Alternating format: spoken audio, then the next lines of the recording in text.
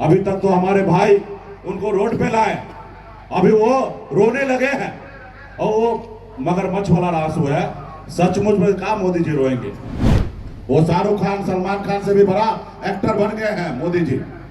वो एक्टिंग कर रहे थे, स्वर्गीय पासवान जी को याद कर रहे थे। आप बताइए, स्वर्गीय पासवान जी का पार्टी किसने तोड़ा? उनके मूर्ति को किसने तोड़ा? उनके घर से, बंगला से उनके परिवार को किसने बाहर किया? आज हमारे देश का किसान भाई परेशान है। जब अपने अधिकार के लिए जब दिल्ली कूच करते हैं तो आप रोड पे कील गाड़ देते हैं ताकि हमारा किसान भाई ना आ सके। आप समीक्षा कीजिए कि उन्होंने 10 साल में क्या किए। अगर अच्छा किए तो जरूर सोचिए। का समय है और चुनाव तो हर 5 साल में 2 बार आता है। एक बार देश के प्रधानमंत्री बनाना है और एक बार राज्य का मुख्यमंत्री बनाने के लिए। लेकिन ये चुनाव बहुत खास है। खास इसलिए क्योंकि हमारा देश का संविधान जो है वो खतरे में है। हमारे देश के लोकतंत्र जो व्यवस्था है वो खतरे में है साथियों। इसलिए चुनाव को, जैसे आपके पूर्वज ने देश को आजादी दिलाने के लिए शहीद हो गए हजारों की संख्या में, फिर देश आजाद हुआ, उसी तरीके से ये चुनाव आप सबको, हम सबको लड़ने की आवश्यकता है। ऐसे लोगों को सत्ता से बाहर करना है जो लोग सत्ता में आने के बाद वो सेवक नहीं, वो अपने आप को हिटलर मान रहे हैं, वो अपने आप को मालिक मान रहे हैं, वो संविधान को नहीं मान रहे हैं, वो बनी हुई सरकार को गिरा देते हैं।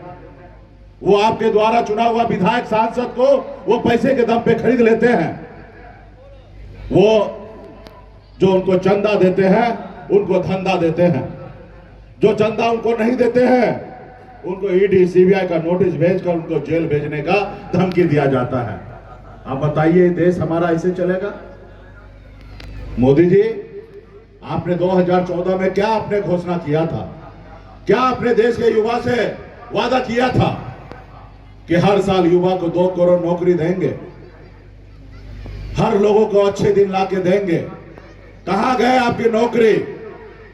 कहां गए वो अच्छे दिन? आपने कहा किसान भाई को आमदनी को दुगुना करेंगे।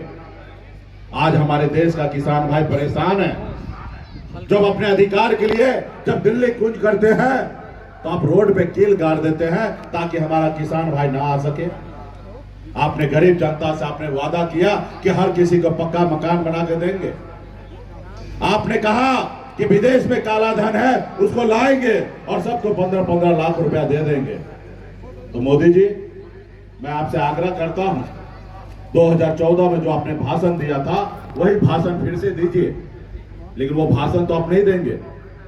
अभी आके आप एक्टिंग करेंगे, रोएंगे, हिंदू मुसलमान मंदिर मस्जिद यही करेंगे। आप 10 साल में क्या विकास किए उसके बारे में कोई चर्चा नहीं होगा। आप बताइए। इसलिए साथियों, बाबा साहब भीमराव अंबेडकर ने हम नेता के लिए सिर्फ 5 साल का समय रखा, इसलिए कि नेता जो आपसे वादा करे, अगर वो नेता पूरा ना करे तो जनता मालिक है और 5 साल में बदल देना चाहिए। लेकिन आपने तो उनको 5 साल नहीं 10 साल का समय दे दिया है। आप समीक्षा कीजिए कि उन्होंने 10 साल में क्या किए। अगर अच्छा किए तो जरूर सोचिए, अगर अच्छा नहीं किए तो आप, जनता जो है मालिक है, और आप सोचिए ये देश आपका है और जो लोग आपसे झूठ बोल रहा है उसको सत्ता से उतारिए। आप बताइए, देश के प्रधानमंत्री जो देश के माई बाप है वो हमारे देश के लोगों से झूठ बोल रहे हैं।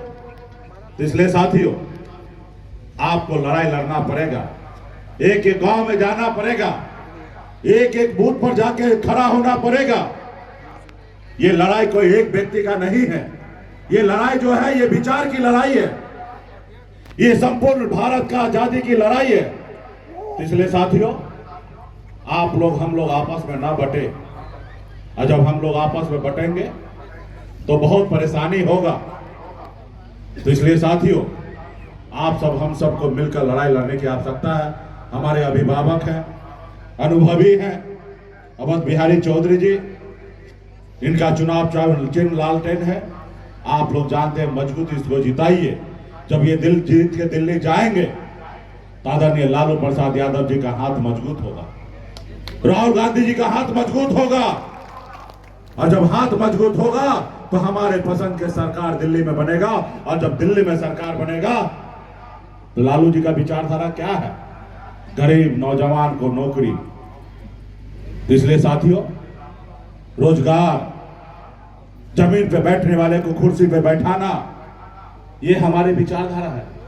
हम लोग आपस में भाईचारा भर के एक दूसरे को गले लगकर एक साथ रहने का विचारधारा है, तो ये मजबूत होगा। अभी देखे मोदी जी मुजफ्फरपुर में आके एक्टिंग कर रहे थे, रो रहे थे। अभी तक तो हमारे भाई उनको रोड पे लाए, अभी वो रोने लगे हैं। और वो मगरमच्छ वाला आंसू है। सचमुच में कहा मोदी जी रोएंगे? वो शाहरुख खान, सलमान खान से भी बड़ा एक्टर बन गए हैं मोदी जी। वो एक्टिंग कर रहे थे, स्वर्गीय पासवान जी को याद कर रहे थे। आप बताइए, स्वर्गीय पासवान जी का पार्टी किसने तोड़ा? उनके मूर्ति को किसने तोड़ा? उनके घर से, बंगला से उनके परिवार को किसने बाहर किया? उनके पार्टी को किसने तोड़ा? उनके परिवार को किसने तोड़ा? मोदी जी सब आपने किया था, और आज आप आंसू बहा रहे हैं। 2020 में कहां थे जब आप हनुमान बना के उनको बर्बाद करने के लिए रोड पे उतार दिए थे? तो ये मोदी जी हैं।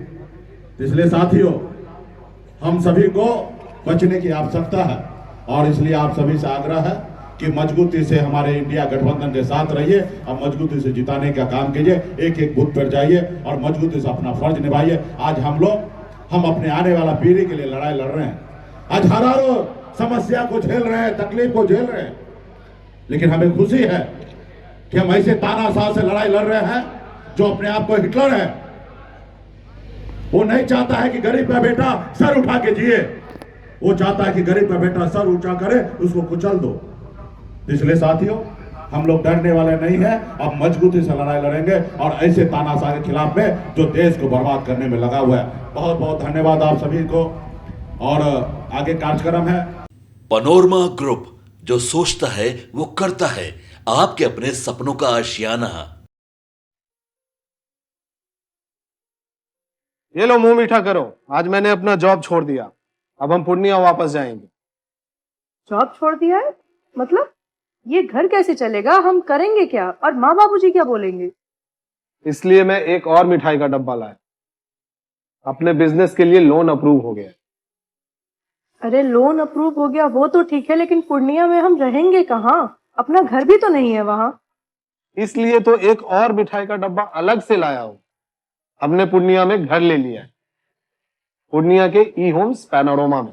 पूर्णिया में पैनोरमा ग्रुप लेकर आए हैं ई होम्स पैनोरमा। बड़ा घर, आलीशान जिंदगी और अत्याधुनिक सुविधाओं के संग। अरे अरे, अब क्यों मुंह मीठा करवा रही हो? क्योंकि हम घर वापसी जो कर रहे हैं। घर वापसी की खुशी पूर्णिया में ई होम्स पैनोरमा के संग। E Homes Panorama, luxurious lifestyle redefined.